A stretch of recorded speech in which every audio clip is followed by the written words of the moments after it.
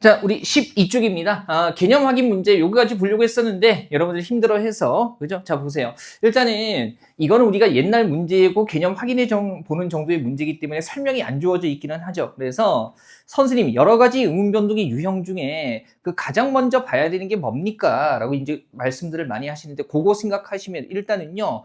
니은 첨가의 조건을 1차적으로 따져보시면 됩니다. 그래서 두 개의 말이 결합했는가 결합하지 않았는가 그거 생각하면 되거든요. 다만 이 문제가 좀 쉬운 건 뭐냐면 최종 발음이 이미 뭐예요? 주어져 있습니다. 그죠? 그래서 편한 거죠. 한번 볼게요. 그러면 우리 요 가을일 같은 경우는요. 뭐 더하기 뭐가 되는 겁니까? 가을 더하기 일이에요. 그러면 생각해보면 앞말 가을이 뭐로 끝나고요?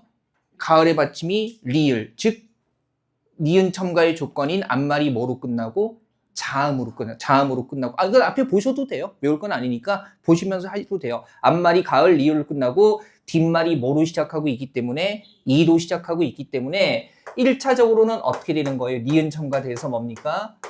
가을, 릴 이렇게 해가지고요. 여기에서 뭐가 확인이 되는 거예요? 뭐가? 첨가.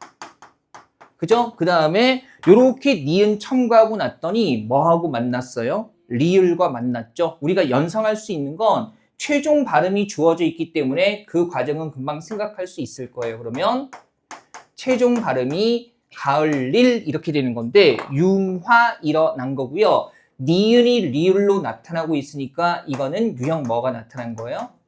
교체가 일어난 거죠. 그러면 어차피 하나씩 점검하고 있는 거니까 기억에 자, 한 가지 유형의 음운 변동이 나타난다. 근데 한 가지가 아니라 뭐하고 뭐가 일어나요? 첨가와 교체가 일어나니까 두 가지 유형의 음운 변동이 나타나는 겁니다. 그래서 1번은 안 되고요.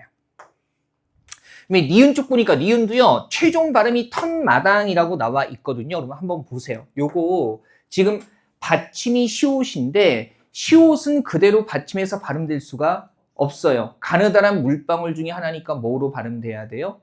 디귿으로. 텄. 그죠? 디귿. 그러면 일단 1차적으로 텄 이렇게 발음이 될 거고 그 다음에 최종 발음은 뭐라고 나와 있나요? 턴마당 이렇게.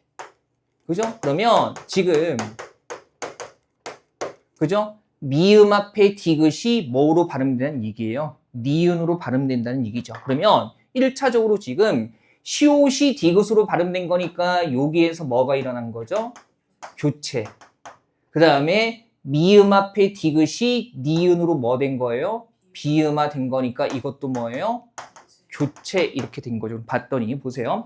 인접한 음에 그러니까 가까이 붙은 음에 영향을 받아서 조음 위치가 같아지는 동화 현상이 일어났다. 근데 지금 여기서 뭐 일어나기는 했어요? 비음화. 그러면 용어 그대로 비음이 아니었던 것이 비음으로 바뀌었다는 건데 비음이라는 용어 자체는요. 조음 위치와 관계되는 게 아니라 뭐와 관계된 거예요? 방법과 관련된 거죠. 그죠? 비음, 유음 그러면 조음 위치가 같아지는 게 아니라 뭐가 같아지는 거? 조음 방법이 같아지는 겁니다. 인접한 음음과 그죠? 미음도 비음이고요. 그다음에 니은도 뭐가 돼요? 비음이죠. 그래서 인접한 음은 미음과 조음 방법이 같아지는 비음화가 일어난 겁니다. 그죠? 기본적으로 용어를 잘 알면 이런 거 헷갈리지 않아요. 비음화나 유음화는 위치가 아니라 뭐와 관계된 용어예요? 방법과 관계된 용어니까. 그죠? 파열음, 파찰음, 마찰음, 비음, 유음은 분명히 조음 방법과 관련되는 변화였어요. 그 다음에 자 디귿 같은 경우에 한번 보세요. 일단 얘도 바로 주어져 있기는 한데요. 1차적으로 얘는 단계 분석할 필요도 없죠. 비읍하고 뭐 만났어요? 히읗 만났어. 그러면 이거 뭐 일어나죠? 뭐 되기? 축약. 그죠? 자음 축약이 일어나요. 그래서 뭐로 나타나요? 피읍에서 여기 축약. 피카츄 털로 합쳐지는 거라고 했죠. 그 다음에 입학생이라고 했을 때 뒤쪽에 시옷이 또 뭐로 발음돼요? 쌍시옷으로. 우리 보면 안 울림 소리 뒤에 구두버소조는 무조건 뭐로 발음돼요? 된 소리로 발음이 돼요. 그래서 물론 주어진 발음 비교해보면 끝나기는 하죠. 축약과 뭐가 일어난 거예요? 교체가 일어난 건데 디귿 가지고 봤더니 음운 변동 전에 음운 개수와 음운 변동 후에 음운 개수가 서로 다르다. 자, 뭐가 일어났기 때문에 축약이 일어났기 때문에 두 개가 하나로 합쳐지면서 결과적으로 음운 변동 후에 개수가 몇 개가 준 겁니까? 하나가 준 겁니다. 그죠? 축약이나 탈락이 일어나면 하나가 줄 수밖에 없잖아요. 그죠? 그래서 3번은 맞는 설명이 되는 거죠. 변동 전과 변동 후에 음운 개수가 서로 다르다는 맞는 진술이 되는 겁니다. 그 다음에 리을도 한번 차분히 분석해 보죠. 일단 흙 자체가 자음군, 겹받침이기 때문에 하나만 남겠죠. 일단 뭐라고 발음 되겠어요? 흙 이렇게. 그러면 리을 기억 중에 리을이 뭐다 한 겁니까 지금? 리을 기억 중에 기억만 남았으니까 뭐예요? 예, 탈락이고요. 그죠? 그다음에 두 번째 일어난 변화는 최종 발음이 어떻게 되고 있어요? 흙먼지. 그죠? 그러면 어떻게 된 겁니까? 미음 앞에 기억이 뭐가 된 거예요? 요거 비음화 된 거죠. 비음하니까 뭐 일어난 거예요? 교체 일어난 겁니다. 그리고 4번을 봤더니 음절 끝에 가느다란 물방울 이외의 자음이 오면 이 7개의 자음 중 하나로 바뀌는 규칙이 적용됩니다. 이건 우리가 음절의 끝소리 규칙, 교체 얘기하는 건데 지금 여기서 흙, 리을 기억이 기억으로 발음되는 건 바뀌는 교체가 아니라 뭐가 된 거예요?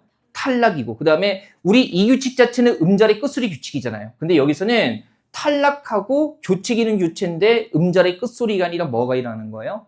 비음화가 일어난 거니까 4번처럼 7개 자음 중 하나로 바뀌는 규칙, 즉 음절의 끝소리 규칙과는 관련이 없어요. 그죠? 요 규칙 자체는 무슨 규칙이에요?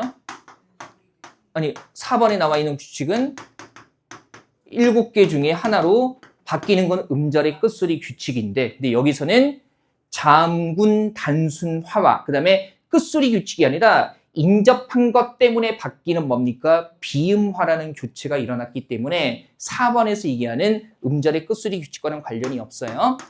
리을에서 나타나는 건 둘 중에 하나가 없어지는 자음군 단순화와 그 다음에 인접한 비음 때문에 비음 아닌 것이 비음으로 바뀌는 비음화고 4번 자체는 음절의 끝소리 규칙에 대한 설명이니까 리을에서 나타난다고 볼 수는 없는 거죠. 그죠? 말 장난에 속지 마세요. 얘는 기억이 이응으로 발음되는 건 이것 중에 하나로 바뀌는 게 아니라 인접한 비음 때문에 비음으로 바뀌는 것하고 관련이 있는 겁니다. 괜찮으시겠어요?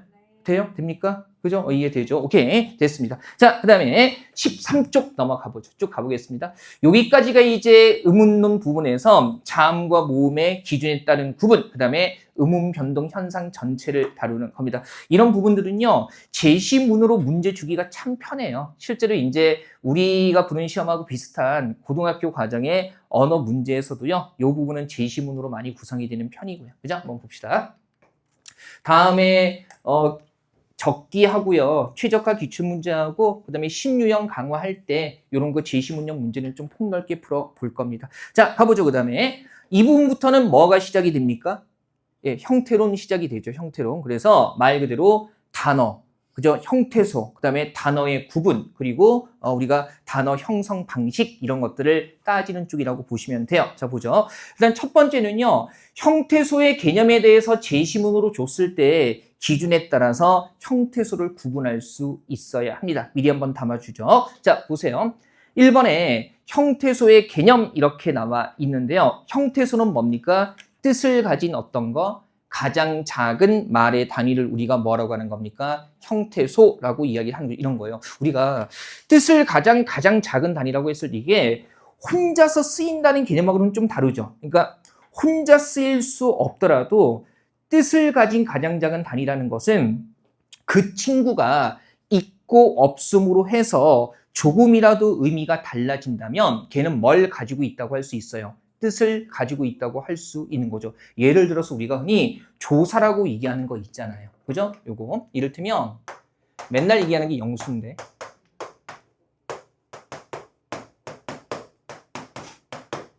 그죠? 쉽게 생각하죠. 우리 가라는 조사가 붙으면 이 영수라는 단어에 어떤 의미를 부여해 주는 거예요? 얘가 뭐로 쓰이게? 주어로 쓰이게. 그래서 우리가 가를 주격 조사라고 하잖아요. 그죠? 그 다음에 를 같은 조사가 붙으면 영수라는 사람 이름이 를 뭐로 쓰이게? 목적으로 쓰이게. 그래서 우리가 를 같은 것들을 뭐라고요? 목적격 조사라고 하죠. 요거는 뭐 고등학교 때도 배웠고 익숙한 단어일 텐데 그러면 생각해 보세요. 가나 르를 우리가 얘는 문장에서 구성할 때 혼자서 단어로 쓰지는 않아요.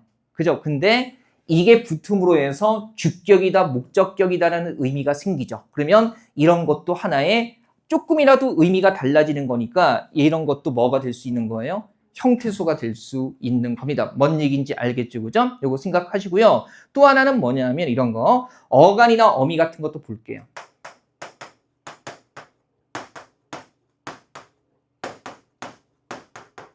그죠? 우리가 지금 보면 얘는 어간과 어미로 이렇게 분석이 되는데 지금 보니까 뒤쪽에 다가 붙으면 문장을 뭐예요? 끝맺죠. 고가 붙으면 문장을 이어주죠. 니가 붙으면 어떤 의미로 쓸 수 있어요? 물어보는 의미로 쓸 수 있죠. 의문문으로. 그러면 다, 고, 니 얘네를 문장에서 단독으로 쓰지는 않지만 이런 것들 중에 뭐가 붙느냐에 따라서 의미가 달라지잖아요. 그러면 이런 어미도 하나의 뭐가 된다? 형태소가 된다고 생각할 수 있는 거죠. 게다가 보세요. 똑같은 먹다인데 앞자리 어간 쪽에 먹에다가 아까 우리 어간 했어요. 그죠? 여기에 가다를 넣는다든가 주다를 넣는다 그러면 다는 고정돼 있는데 앞에 어간에 가가 들어갔을 때 앞에 어간에 주가 들어갔을 때 의미가 각각 다 달라지잖아요. 그러면 우리가 형태소라는 개념을 좀 실질적으로 접근을 하게 되면 뜻을 지닌 채소 단위라는 것은 개가 있고 없음으로 해서 의미가 조금이라도 달라진다면 뜻이 있다고 얘기할 수 있는 거죠. 그래서 이런 조사나 어미, 어강 같은 것들도 다 각각 뭐가 된다? 하나의 형태소가 될 수 있다는 거, 그죠? 의미가 조금이라도 달라지기 때문에 그래요. 그래서 우리가 첨가한다면 사전적인 개념도 개념이지만 어간, 어미, 조사 이런 것들도 다 하나의 뭐가 된다? 형태소가 된다는 겁니다. 얘네가 붙으면 의미가 조금이라도 달라지기 때문이겠죠. 그죠? 그거 생각하시고요. 자, 이런 형태소를 구분할 때요. 기준 나와 있죠? 일단 우리 교재로 같이 좀 볼까요? 뭐에 따라서? 자립성의 유무에 따라서, 즉 형태소 단위로 분석했을 때 혼자서 완전한 한 단어가 된다면 그건 뭡니까? 무슨 형태소? 자립 형태소. 그 다음에 혼자 쓰일 수 없다면 무슨 형태소? 의존 형태소가 되는 거죠. 자, 시험에서는 형태소가 뭐고 자립 형태소가 뭐고 의존 형태소가 뭐다라는 설명까지 다 준 다음에 분석하는 게 나와요. 그래서 읽고 이해할 수 있으면 되고요. 그 다음에 의미나 기능에 따라서 또 뭐로 나눌 수 있어요? 실질 형태소와 뭐 형식 형태소. 이를테면 실질 형태소는요. 다른 말로 뭐라고 부르기도 해요? 어휘 형태소라고 부르기도 하는데 실질적인 뜻을 지니고 있는 겁니다. 그럼 상식적으로 생각해 보세요. 모든 자립 형태소는 뭐가 될 수 있다는 얘기예요. 혼자 쓰일 수 있다는 것은 완전한 의미를 갖고 있다는 거니까 실질 형태소, 어휘 형태소가 될 수 있다는 건데 다만 범주가 똑같지는 않기 때문에 따로 구분을 하는 거겠죠. 그래서 여기서 조심해야 되는 건 뭐냐면 실질 형태소의 범주에 당연히 자립 형태소가 다 들어가고요. 그 다음에 용언 기본형의 어간도요. 이거 조심해야 돼요. 혼자 쓰이지는 않는데 이를테면 먹다의 먹, 주다의 주, 가다의 가, 예쁘다의 예쁘까지만 가지고는 혼자 쓰이지는 않지만 우리가 이것은 문법적으로 약속한 개념이라고 그냥 넘어가시면 돼요. 그래서 그런 어간들은 그 단어에서 핵심적인 실질적인 의미를 갖고 있는 부분이라고 문법적으로 간주하는 겁니다. 그래야 여러 현상이 잘 설명이 되기 때문에 그렇거든요. 왜 그렇게 정했는지는 우리가 고민할 부분은 아니죠. 그래서 실질 형태소에 용언 기본형의 어떤 부분도 들어간다? 어간 부분도 들어간다. 그냥 그 단어에서 핵심적인 의미를 갖고 있는 게 앞부분이다라고 문법적으로 약속을 한 겁니다. 얘는 따지지 말고 그냥 받아들이시는 게 속 편합니다. 그죠? 따지고 싶으신 분들은 공부하기 힘들어져요. 그죠? 나중에 지금 대학 한 번 더 가시면 됩니다. 국문과로 바꿔서 그냥 거기서 연구하시면 되고 그냥 우리는 실질적인 것만 하는 거니까 받아들이면 끝나는 거예요. 그러면 요거 뺀 나머지는요. 그죠? 단순히 문법적인 의미만을 더하는 무슨 형태소가 되는 겁니까? 형식 형태소. 그걸 다른 말로 뭐라고 해요? 문법 형태소라고 하는 거죠. 사실은 자립하고 의존 형태소는요. 형태소 구분하고 나면 혼자 쓰이나 안 쓰이나는 되게 쉽게 파악할 수가 있고요. 그 다음에 다만 여기서 실질 형태소 구분할 때 용언 기본형의 어간은 실질 형태소가 된다는 거, 그것만 조심하시면 되겠습니다. 자, 그러면 요거 칠판 보고 같이 볼게요. 형태소 분석 먼저 할 거예요. 형태소 분석. 그죠? 자, 의미의 최소 단위니까 끊어주세요. 어디서 먼저 끊어야 돼요? 철수, 그죠? 우리 이건 사람 이름이기 때문에 철과 수로 나누면, 그죠? 그 사람이라는 의미가 없어지니까, 그죠? 물론 끝자 부르는 경우 있어요. 영희를 희야 이렇게 부르기도 하지만 그때 희는 영희에서 희만을 따로 딴 거라기보다는 영희 전체를 희라고 줄여 쓴 거라고 봐야 되죠. 그래서 사람 이름은 형태소 분석해요, 안 해요? 안 해요, 그죠? 철수라는 사람 이름. 그 다음에 당연히 뭐 가, 얘가 붙으면서 주격이 되는 거니까. 그 다음에 얘는요. 물론 물고기가 한 단어이긴 하지만 뭐도 의미를 갖고 있나요? 물, 그 다음에 뭐 고기, 그리고 뭐 를 이렇게 되고요. 어간과 어미도 각각 형태소가 된다고 했죠? 뭐가 붙느냐에 따라서 의미가 달라지니까. 그러면 얘는 어떻게 쪼개야 돼요? 잡, 그 다음에 앗, 그죠? 앗도 쪼개야 돼요. 왜? 앗이 들어감으로써 잡다에 잡, 앗다, 시제상 어떤 의미가 부여되기 때문에 앗이 붙으면 앗, 정신 차려! 앗이 붙으면 당연히 과거죠, 과거. 그죠? 과거죠. 아니, 왜 이게 뭐라고? 그죠? 과거. 그죠? 아니, 지금 딴 얘기도 나와서. 그죠? 앗이 붙으면 과거입니다. 그죠? 그래서, 졸린가 보다.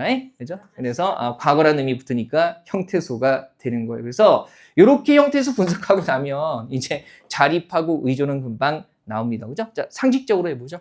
철수 뭐예요? 자립, 의존. 자립. 가는요? 의존. 그죠? 다른 말이 붙어서 쓰이는 거니까 물은요. 자립. 고기도 자립. 를은 의존. 이거 세 개는 다 뭐예요?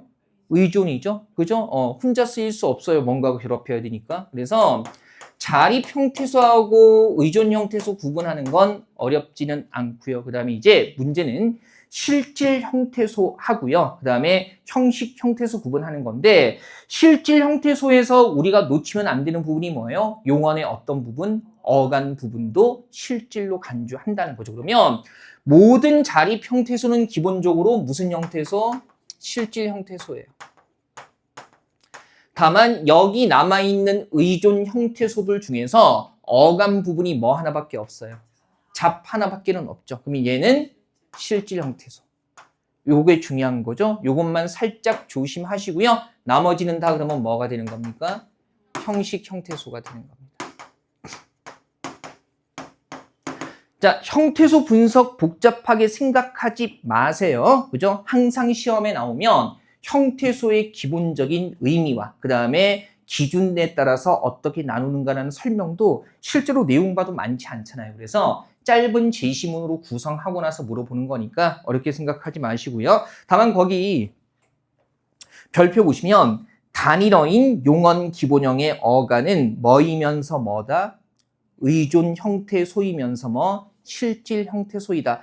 단일어라는 것은요. 다른 잡다한 요소가 들어가지 않은 거. 그러니까 우리 이제 나중에 어근과 접사라는 개념 배우는데 다른 것과 결합해서 만들어진 단어가 아닌 것을 단일어라고 얘기를 해요. 그죠? 그냥 어간 하나, 어미 하나만 있는 거. 그래서 그럴 때 어간은요. 의존이면서 실질 형태소가 된다는 거. 아까 주의하라고 했던 이 포인트입니다.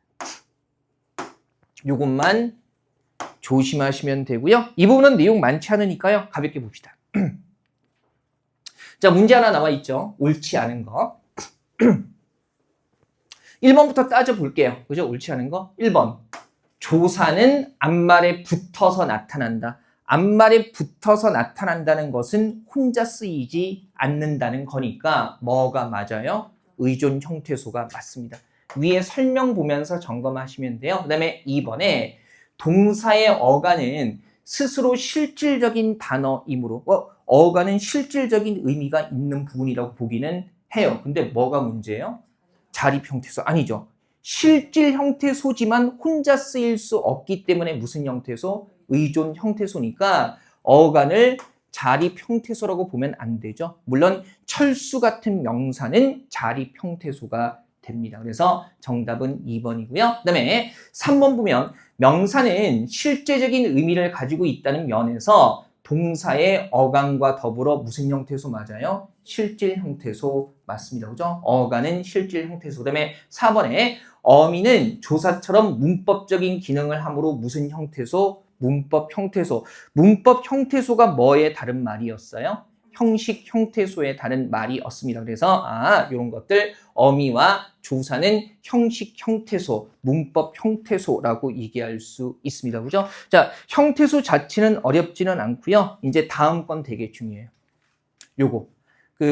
형태론에서 품사 관련해 가지고요. 뭐 품사는 다양하게 있지만 기본적으로 여기서 매번 헷갈리는 게 동사와 형용사 구분하는 거거든요. 그래서 기본적인 거 잡고요.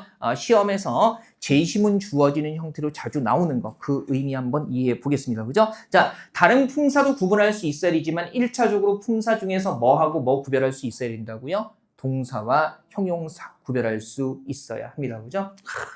고등학교 때도 이렇게 열심히 안 했는데. 그죠? 이거를 지금 이렇게. 근데 정말 다행인 건 제가 누누이 얘기하잖아요. 제가 앞에 이제 언어와 국어의 특성할 때는 다들 뭐 자의성, 뭐 국어의 특성, 뭐 이런 거 그래 뭐 주어, 목적어, 생략 뭐 다 아는 건 하다가 이제 음음 변동 좀 들어가면서 이러다가 품사 들어가면 어씨 뭐 이러는데 제가 얘기했잖아요. 제시문 준다고. 그러니까 지금 우리의 목표는 외우는 게 아니라 제가 덧붙여서 설명하는 거 들었을 때 이해할 수 있으면 제시문으로 나와도 이해할 수 있다는 거예요. 그죠? 그래서 거기에 초점 맞추면 되는 거지. 복습할 때, 그러니까 읽으면서 내가 뭔 내용인지 아는가를 확인하는 게 중요하고요. 문제 보면서 앞에 개념에 어떤 내용이 연결되는가를 확인하는 게 중요하지. 이 모든 것들을 외워서 하려고 하지 마십시오. 그죠? 제가 외우라고 강조하는 건 기본 개념밖에는 없었습니다. 그죠? 그러니까 설명에 나오는 용어 자체를 모르면 안 되니까 그런 것만 암기하시면 되고요. 막 욕심내서 나는 그냥 다 외우고 확 풀어버릴 거야. 어차피 출제진이 정말 대단하신 분들이어서 기본적인 용어 외우고 그것만으로 새로운 내용을 접근하게 만드는 거지 암기한 것만으로 풀리게 그렇게 문제 구성하지 않거든요. 그래서 외워도 그렇게 많이 써먹을 데가 없으니까 그죠? 공부할 때 초점 어디에 맞춰야 되는지 좀 주의하셔야 될 겁니다. 자, 집중들 좀 하시고. 이게 재밌다고 연구하는 사람들은 참 그렇죠? 와, 막 이런 얘기하면서 막 웃는 교수님들 계시거든요. 참 너무 재밌어 하는 거야. 그래서 동사와 형용사가 딱 보니까 어때? 이런 특징이 달라지지. 그래서 막 혼자 막 광기에 차가지고서 생글생글 웃으면서 말씀하시는데 듣는 입장에서는 되게 무서워요. 저게 저렇게 재밌게 웃을 만한 일인가? 막 이런 생각이 들고, 그죠? 과학 유튜브 볼 때도 그런 생각 들잖아요. 물리학 교수님 나와서 막 재밌게 말씀하시는데 일단 교수님 웃을 때 따라 웃기는 했습니다. 거기에서 우리가 끝나는 거잖아요. 그죠? 문법도 그렇죠. 자, 어차피 시험 끝나면 다 날려버릴 거니까. 품사라는 건 뭐냐면요. 단어를 문법적인 성질의 공통성에 따라서 나눈 갈래를 우리가 품사라고 합니다. 그죠? 그러면 이런 거잖아요. 우리가 흔히 품사라고 했을 때 떠올리는 용어들이 뭐예요? 명사, 동사 이런 것들인데 명사는 이런 거죠. 단어들 중에서 사람이나 사물의 이름을 나타내는 애들만 묶어서 뭐라고 하는 거예요? 명사라고 하는 거예요. 그게 바로 이제 문법적인 성질의 공통성에 따라서 나누고 묶은 거죠. 그러면 동사라고 하게 되면요. 우리가 쓰는 단어들 중에서 어떤 것들? 움직임, 그죠? 작용을 나타내는 단어들만 모아서 동사라고 하는 거죠. 그런 식의 문법적인 공통성에 따라서 나눈 갈래를 품사라고 하고요. 사실은 우리가 일반적으로 쓰는 품사의 갈래는 정확하게 단어를 뭐에 따라서 나눈 겁니까? 의미에 따라서 나눈 겁니다. 실제로 가장 많이 활용하는 기준이 요거죠. 다른 것도 있어요. 한번 해보죠.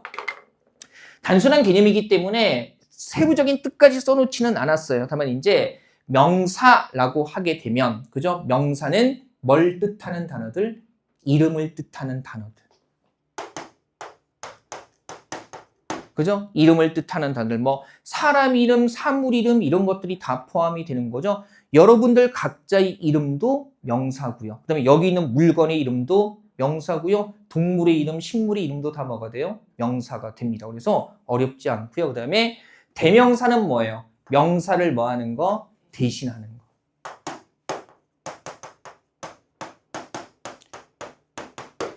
그죠? 그러면 우리 왜 사람을 대신하는 것들이 뭐가 있나요? 이를테면 남자를 대신할 때는 뭐 그, 여자는 그녀, 물건을 대신할 때는 뭐 이것, 그것, 저것 이런 것들. 그죠? 그다음에 장소를 대신할 때는 여기, 거기, 저기 이런 것들. 그래서 명사를 대신하는 것들이 뭐가 되는 거예요? 대명사가 되는 거죠. 그죠? 그다음에 수사는요. 셈 숫자예요. 셈 숫자. 그러면 수량이나 순서를 나타내는 어휘들을 우리가 단어들을 수사라고 하는 겁니다. 뭐 예를 들면 하나, 둘, 셋, 넷, 1, 2, 3, 4, 첫째, 둘째, 셋째, 넷째 이런 것들이 다 뭐가 되는 거예요? 수사가 되는 거죠. 그죠? 그 다음에 이렇게 명사, 대명사, 수사는요, 이게 기능에 따른 기준도 있는데 얘네가 주로 문장에서 이제 핵심적인 역할, 몸통과 같은 역할을 하기 때문에 명사, 대명사, 수사 세 개를 묶어서 뭐라고 해요? 체험이라고 합니다. 다만 이렇게 기능상 묶는 기준들 같은 경우는요.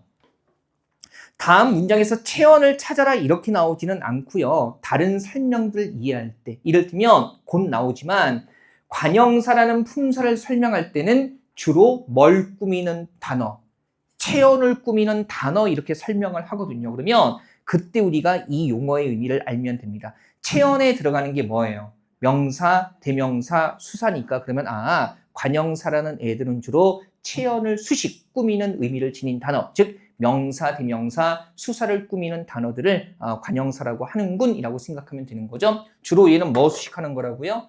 단어 자체가 체언을 수식하는 겁니다. 뒤쪽에서 관형사 파트만 따로 하나 볼 거기 때문에 그래서 예를 들면 우리 그런 거 있어요. 새나 헌, 새 집, 헌 집 이런 거.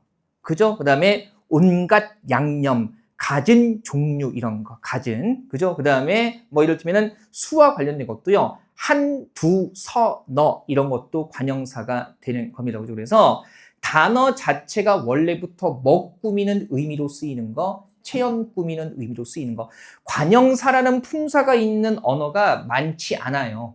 그래서 영어하고 엮어서 생각하면 헷갈릴 수밖에 없으니까 영어하고 연결고리 만들지 마시고요. 그죠? 그렇다고 제가 정호형하고 관계 맺지 말라는 게 아니라 영어하고 국어하고 쓰이는 용어가 비슷하기는 한데 이런 품사 구분이나 기능은 되게 다르거든요. 그래서 영어 문법은 영어 문법대로 가셔야 되고요. 국어 문법은 국어 문법대로 따로 설정하셔야 됩니다. 굳이 연결하지 마시고요. 또 정호형한테 이러지 말고.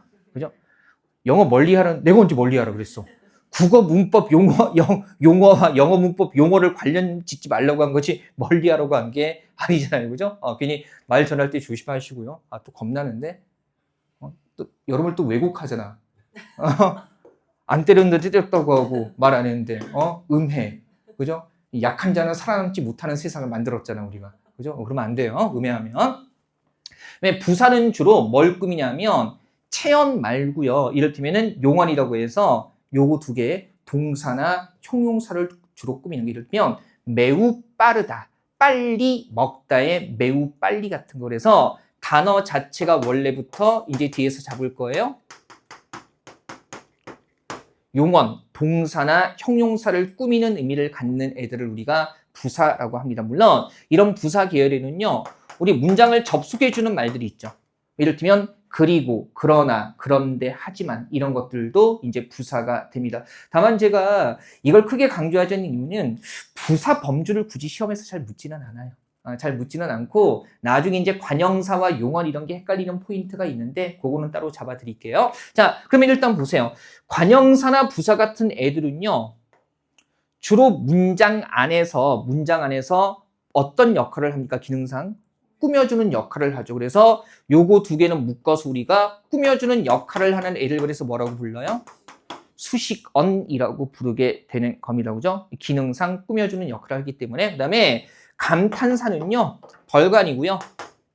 이를테면 놀람, 느낌, 뭐 부르는 말이나 응답하는 말 같은 거. 그래서 뭐 뭐 이런 거 있잖아요. 그죠? 아니면 어이 뭐 이런 거. 그리고 누가 기태를 했을 때 넵 이런 거. 그죠? 그래서 이런 것들 다 우리가 감탄사라고 얘기를 하는데, 생각해보면 우리가 문장 구성할 때 깜짝이야도 되지만 그냥 깜짝이야 이것도 되잖아요. 그래서 감탄사 같은 경우는요, 문장에서 꼭 있어야 되는 애는 아니에요. 그래서 좀 동떨어져 있다라고 해가지고요, 기능상 독립언이라고 얘기를 합니다. 자, 이런 용어는 왜 필요하다고요? 다른 문법적인 설명 때문에 그래요. 그죠? 체언은 이런 특성을 갖고 있다라는 설명이 나왔을 때, 그때 얘기하는 체언이 명사, 대명사, 수사라는 걸 인지해야 이해가 되기 때문에 그런 설명들을 이해하기 위한 거지, 체언과 수식언, 독립언을 뭐 문장에서 골라서 구별하라 이런 것들 안 나오니까 부담 갖지 마시고요. 중요한 건 이쪽이에요, 의미. 조사는 뭡니까? 주로 체언 뒤에 붙어서 뭡니까? 문법적인 관계나 의미를 나타내는 거. 우리 왜 대표적으로 좀 전에 봤던 이나 가, 을과 를 이런 것들이 다 뭐가 되는 거예요? 조사가 되는 거겠죠. 그죠? 그래서 문법적인 관계를 나타내는 거고요. 여러 조사들이 있는데 조사 중에서 요 이다라고 해가지고요, 서술격 조사가 있어요. 이다라는 게 서술격 조사인데,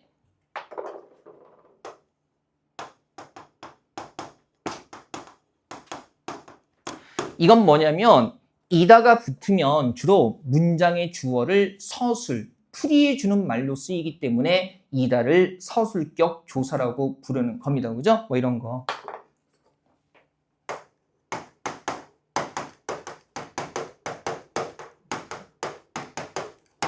했을 때. 그죠? 그러면 우겨봅니다. 그죠? 그냥 하도 내가 올라가지 못한 경지여가지고 나도 살면서 나쁜 남자, 거친 남자 이런 거 한번 해보고 싶은데, 내가 나쁜 남자를 하려고 하면은 그냥 너는 나쁜 놈이야라고 얘기를 하니까 그런 걸 못 해봐가지고, 그죠? 그러니까 이렇게 나는 항상 대중매체 나오는 나쁜 남자 같은 그런 거 한번 해보고 싶어서 하면은 나쁜 남자가 아니라 정말 나쁜 새끼나 나쁜 놈이라고 하니까 제가 올라가 볼 수 없는 영역이잖아요. 그죠? 왜 결국 나쁜 남자도 그냥 잘생긴 남자가 하면 나쁜 남자인 거예요. 그러고 보니까. 갑자기 우울해지네. 집에 가세요, 오늘 이제. 우울해서 못하겠구만. 뭐 또 진짜 움직여 또 왜. 아니야?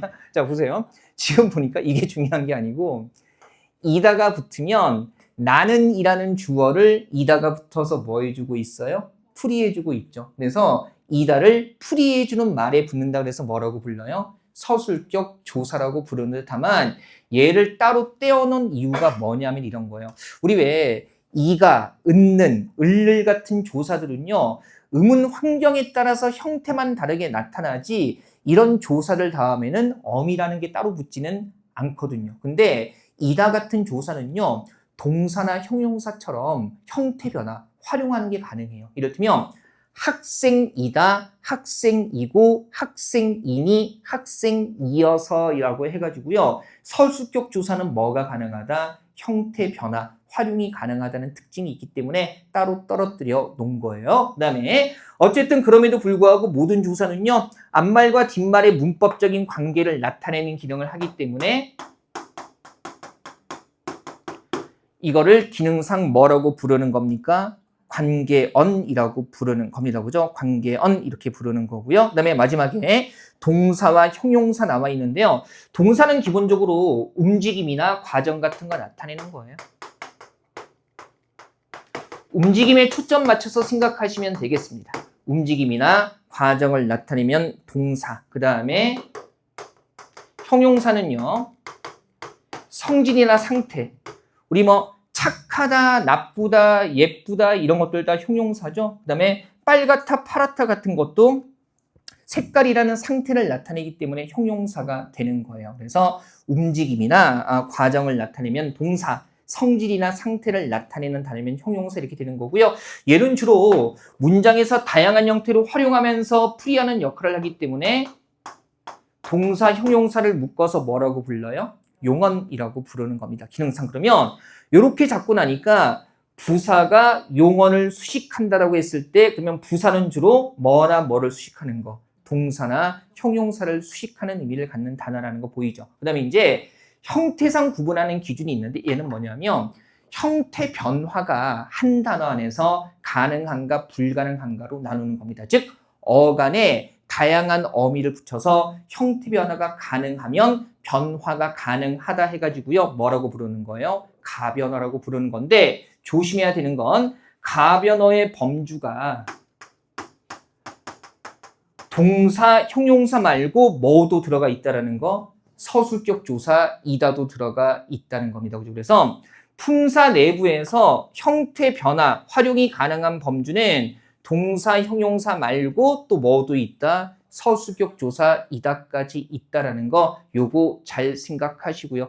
참고삼아 말씀드리면 9월에 이제 제가 모의평가 나오면 혹시나 독해나 문법의 트렌드 바뀐 게 있나 싶어서 저도 볼 수밖에 없잖아요. 보는데 이번에 조사 범주 묻는 문제에 서술격 조사 이다가 나왔거든요. 나왔는데 그러니까 조사가 뭐 격조사와 보조사가 한꺼번에 결합하는 뭐 이런 내용들이 쭉 간단하게 설명으로 나왔는데 그 문제가 오답률이 되게 높았어요.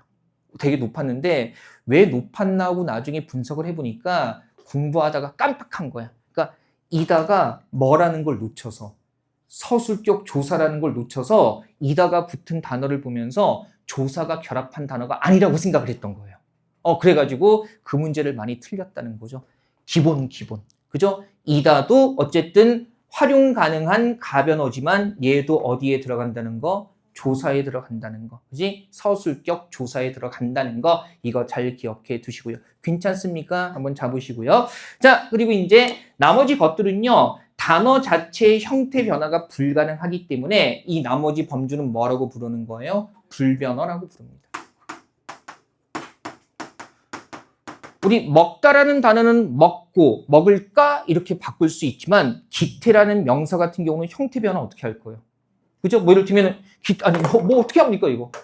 뭐 기태를 소유격으로 쓰면은 뭐 이렇게 됩니까? 이런 거 안 되잖아요. 그죠? 이거 소유격으로 쓰려면 기태 다음에 다른 조사 뭘 덧붙일 수밖에 없어요. 의 같은 걸 덧붙일 수밖에 없기 때문에 한 단어 자체 안에서 형태 변화가 불가능하거든요. 그래서 이런 것들을 우리가 불변어라고 이야기를 하는 겁니다. 그죠? 한번 보시고 또 이런 말 만들어서 써라 또. 선생님의 뭐 할 때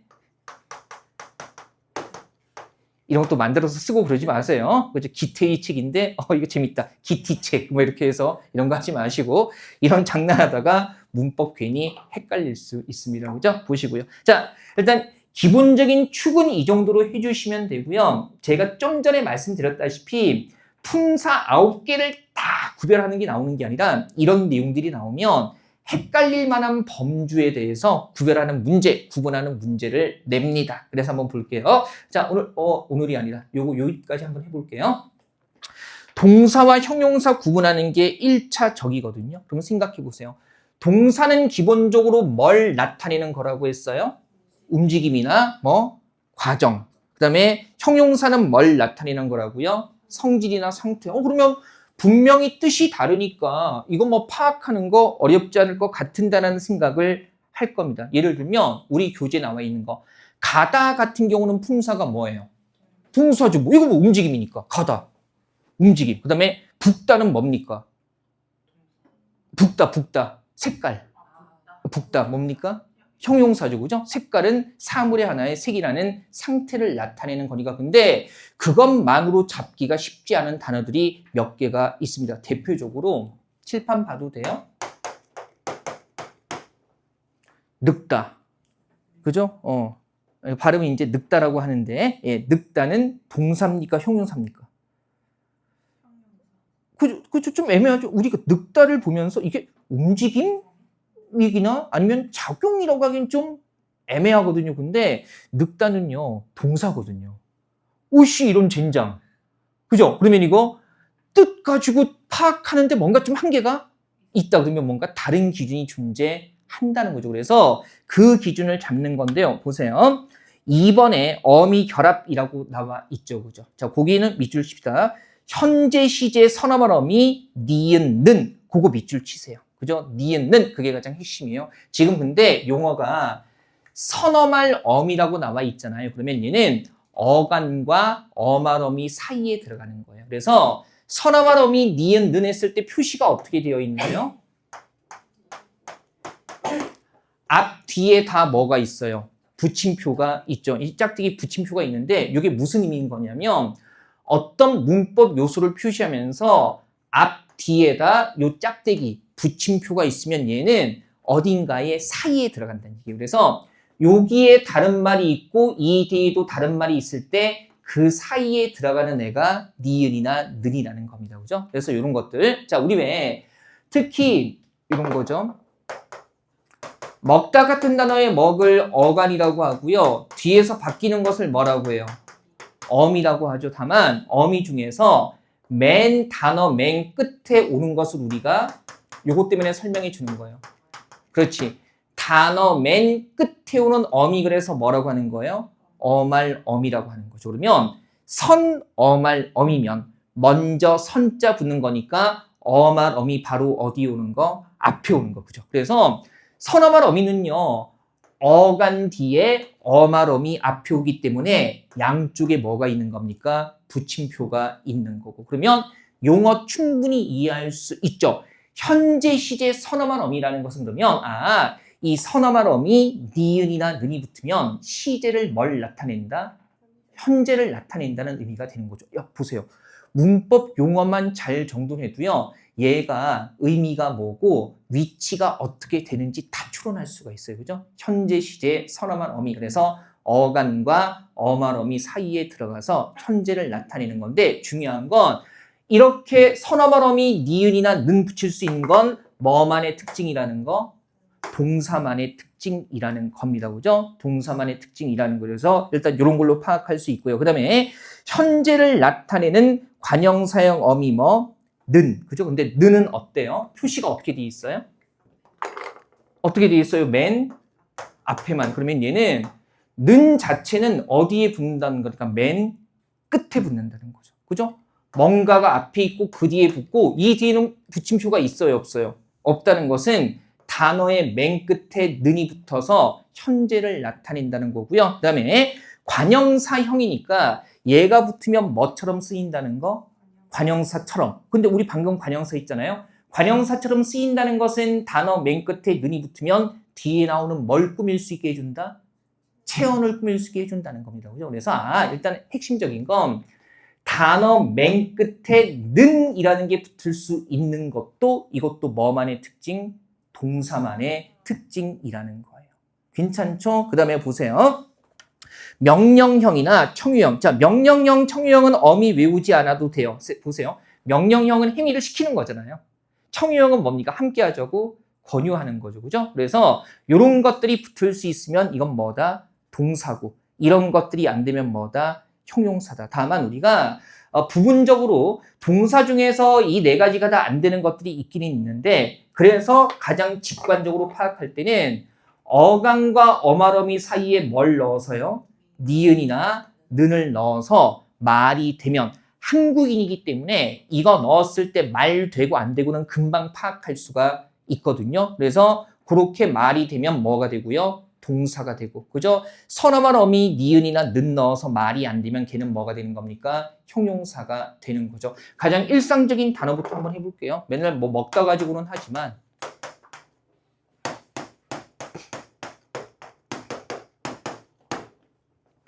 이거 됩니까? 먹다 어떻게 쓰죠? 먹는다. 그죠? 그 다음에 맨 끝에 는 붙나요? 먹는. 자, 반말로 명령형으로 쓰면 뭐? 먹어라. 아니면 먹으십시오. 물론 먹으십시오 안 쓰고 드십시오 그러겠죠. 그죠? 그 다음에 청유형으로 쓰면 우리 오늘 피자 먹자. 뭐 먹읍시다. 다 되죠. 근데 빨갛다 같은 형용사라는 거 알고 있고요. 얘는 는이나 니은 붙일 수 있어요? 빨간 는다 이런 말 써요? 안 써요? 안 쓰죠. 그죠? 그 다음에 맨 끝에 맨 끝에 뭐 붙이는 거? 는. 빨간 는 사과 이런 거 써요? 안 써요? 안 쓰죠. 그죠? 그 다음에 명령형. 야, 너 빨리 빨개라. 듣는 순간 멈칫하게 되죠? 야, 너 빨리 빨개라. 어떡하지? 그죠? 그 다음에 뭐, 우리 함께 빨갛차, 뭐 급진자파 용궁 종북 세력으로 넘어가자는 얘기입니까? 여기 강원도니까 북으로 달려가요? 그죠? 그래서 이거 청유형도 돼요, 안 돼요? 안 된다는 거죠. 그죠? 그래서 요거 생각하시면 돼요. 그러면 우리가 이제 그러면 여기 이런 단어들이 나와 있는데 가장 핵심적인 기준으로 접근해 보면 되겠네요. 보세요. 서나 발음이 는이나 니은 붙이는 거라고 했죠? 그러면 늙다는 어떤 형태가 가능해요? 늙는다. 야, 이런 말 써요, 안 써요? 쓰죠. 뭐 쓰기보다는 많이 듣겠죠. 그죠? 아유, 내가 너 때문에 늙는다, 늙어 진짜. 아직까지도 부모님께 이런 말씀 들으시면 반성해야 됩니다. 그죠? 예. 사실은 뭐 저도 이 나이 먹고도 그죠? 예. 제가 막 밥 같은 거 안 먹고 그러면 어머니께서 저 때문에 늙는다고 말씀하시거든요. 왜 밥을 그렇게 안 먹니? 뭐 먹었니? 그래서 그냥 수업 전이어서 라면 하나 먹었어요. 그러니까 맨날 마르지 않냐고. 그러면서 어머니께서 저 때문에 늙는다고 말씀하시거든요. 자, 엄마 생각나서 진짜 생각나는데. 자, 그래서 늙는다는요 말이 돼야 하는데요. 되니까 얘는 뭡니까? 동사. 됐잖아요. 이게 가장 핵심적인 기준이기 때문에 동사, 형용사 파악할 때는 이걸로 파악하시면 돼요. 그 다음에 읽다는 어떻게 쓸 수 있나요? 책을 읽는다. 그죠? 예.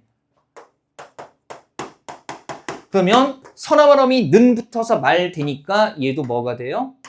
동사. 그다음에 불쌍하다는요. 는이나 니은 붙어서 불쌍한다. 돼요, 안 돼요? 안 되잖아요. 이거 야, 정말 불쌍한다. 그게 뭐 하는 건데요? 그죠? 말 돼요, 안 돼요?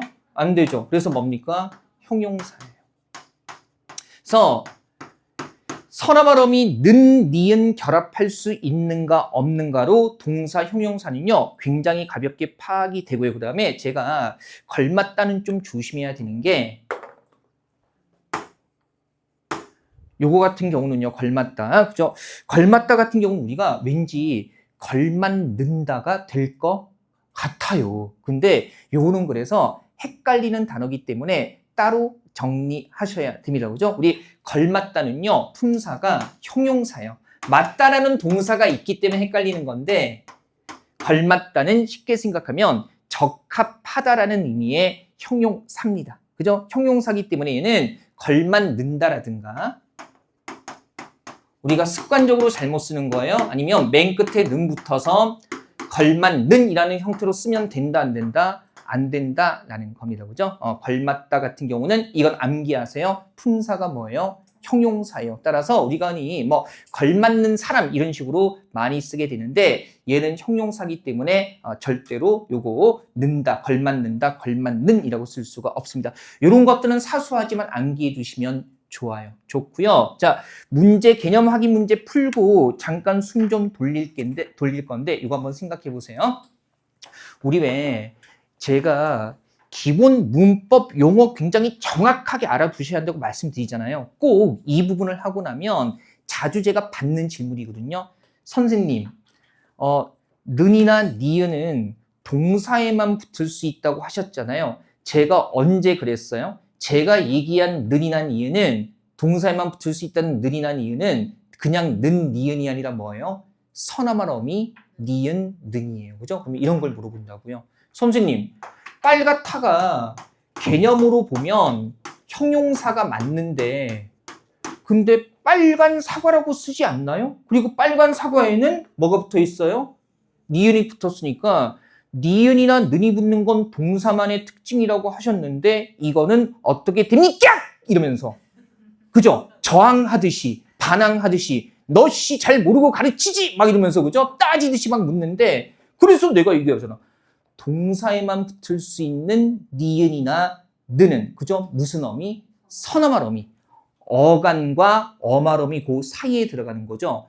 여기 붙은 니은은 서너말 어미가 아니네. 맨 어디? 끝에 붙이는 거잖아요. 그래서 얘는 서너말 어미 는 니은하고는 관련이 없는 겁니다. 그죠? 동사에만 붙을 수 있는 맨 끝에 건 뭐라고 했어요? 는이죠. 그러면 빨갛다가지고 파악하려면 어떤 형태로 점검해야 되는 거예요? 빨간 는은 안 되는 거니까 얘는 동사의 특징을 보여주지 못하는 거고 그렇다면 그냥 니은은 형용사에도 붙을 수 있다는 거잖아요. 그죠? 그래서 동사에만 결합하는 니은이나 는이라는 것은 이렇게 앞뒤로 붙임표 있으면 얘는 무슨 어미? 선어말 어미. 그 다음에 이렇게 쓰는 는은 어디에 붙는 거? 맨 끝에 붙는 거죠. 그리고 우리 방금 맨 끝에 니은이 붙는 게 동사만의 특징이다 그런 거 했어요, 안 했어요? 안 했죠. 얘는 맨 끝에 그냥 붙는 이유는 가다의 간, 빨갛다의 빨간처럼 동사, 형용사에다 결합할 수 있기 때문에 이 표지는 동사, 형용사를 구분하는 기준으로 활용하면 된다, 안 된다? 안 된다는 겁니다. 그래서 처음 할 때 문법 용어 귀찮아하지 마시고요. 선어말어미 니은 는 그랬으면은 선어말어미 니은 는이라고 딱 잡아야지 그냥 니은 는 이렇게 정리하지 말란 말이에요. 그러다 보니까 이게 헷갈리는 거죠. 자, 문제 풀고요. 여러분들의 간절한 바람을 수용해서 그죠? 쉬는 시간 드리겠습니다. 그죠? 예. 보여요. 주먹 불끈 쥐고 그죠? 예. 그래서 나 때리려고? 네, 얘기했죠. 세상 살면서 약자 괴롭히면 된다, 안 된다? 안 된다. 그죠? 자, 봅시다. 품사가 다른 하나 보세요. 이거 지금 다 활용하는 단어들이기 때문에 동사 아니면 뭐예요? 형용사예요. 그러면 선어말어미 는, 니은 붙여보면 되는 거죠. 그럼 보세요. 모자라서는 기본형이 뭡니까? 모자라다. 는, 니은 붙으면 뭐가 돼요? 모자란다. 되니까 뭐예요? 동사. 얘는 는, 니은 붙으면 뭐예요? 부족한다. 말 돼요, 안 돼요? 안 돼요. 형용사. 그 다음에 얘는 땡큐. 뭐 붙였어요? 는. 그럼 뭡니까? 동사. 그러면 1, 3번이 동사니까 문제는 풀 수 있죠. 2번만 뭐가 돼요? 형용사가 되는 거고요. 다만 4번에 적용을 할 때 보세요. 얘는 기본형이 뭐가 돼요? 늘단데. 요거 우리가 현재형으로 쓰면 어떻게 씁니까? 그죠? 10마리로 뭐? 는다. 이런 식으로. 그죠? 이건 활용하면서 리을이 탈락하는데 다만 이제 일상적으로 이렇게 쓰잖아요. 돼지가 10마리로 늘다, 10마리로 는다. 10마리 는다 이런 식으로 쓰기 때문에 얘도 현재형이 되는 겁니다. 설령 4번에서 이건 나중에 개념적으로 배울 거예요. 이 형태를 떠올리지 못해도 모자란다, 박는다는 되고 부족한다는 안 되니까 는, 니은 붙여서 가능하게 1, 3번, 2번은 안 되니까 당연히 4번을 몰라도 답은 충분히 몇 번으로요? 2번으로 끌어낼 수가 있습니다. 그죠? 자, 동사, 형용사 구분하는 게 품사 구분에서 중요한데요. 가장 중요한 기준은 현재 시제 선어말 어미 는, 니은 결합 여부라는 거. 현재 시제 무슨 어미라고요? 선어말 어미예요. 선어말 어미라는 거 꼭 기억하시면 되겠습니다. 자, 잠깐 숨 좀 돌렸다가 마무리 좀 해보죠. 예.